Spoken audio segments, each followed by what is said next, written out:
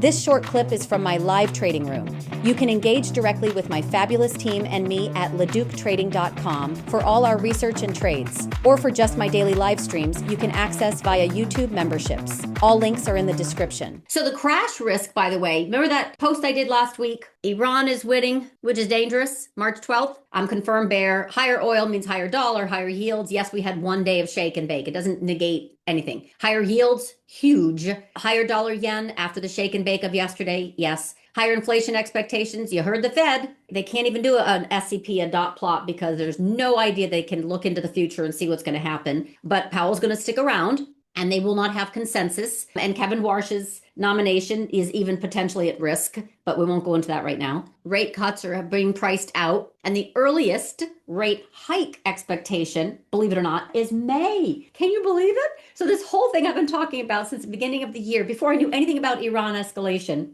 was that they're not pricing in hikes, and they have yet to price out cuts. We are here. He said it yesterday. The market immediately started, in the SOFR market, started to price in their first slim, but first possibility of a hike as early as May. I couldn't believe it when I saw it. I'm like, yup. I still think this is underappreciated. Anyway, lower AI investments speaks right to that Mag 7 ratio that's rolling over, and lower markets in a nutshell. So this is when I said the crash risk is gaining. So what do I mean by crash risk? Like, what is the lever? Well, let me show you. See this guy right here? That's the lever. So we have been in methodical selling, and I know the right tail. Right tail, for those who don't know, left tail is crash, right tail is rally, a spike rally, like chase your tail. This is what I had talked about with the IGV for 2 weeks. We had a growth rally underneath the surface from the oversold software plays. I got to explain this real quick. Remember TRI?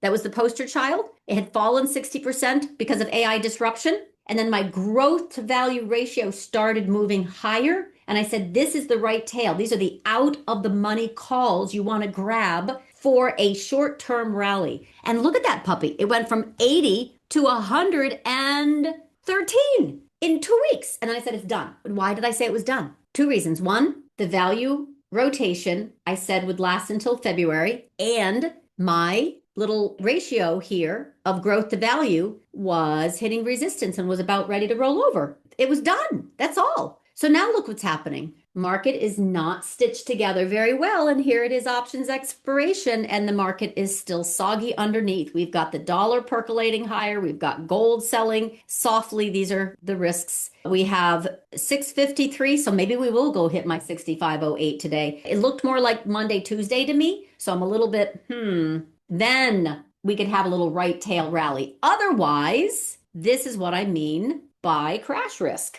What the heck happens if my 6508 doesn't hold? That's the crash risk I'm talking about. It's not methodical selling for all the reasons we should be selling. All the reasons I wrote about last week and actually the past month. Iran risk is not priced in, period. End of point. We are having higher dollars soon above 100.5, I firmly believe. We have higher yields soon above 4.33, I firmly believe. The metal volatility seeps into the equity volatility. We have rate volatility. We have a unpredictable president. We have all kinds of other things. Huge rising deficits because of this war. War is inflationary. This is not bullish. I know the bulls were bullish war, and I gave you the reasons why they're usually bullish war, and I said this is not bullish. So now what do? Well, we've had methodical selling. Be lucky, because this is not methodical if we break 6508. That's the crash risk I'm talking about. This is just selling. We're not crashing. This isn't 2008. We break that 50 week with force, with volume.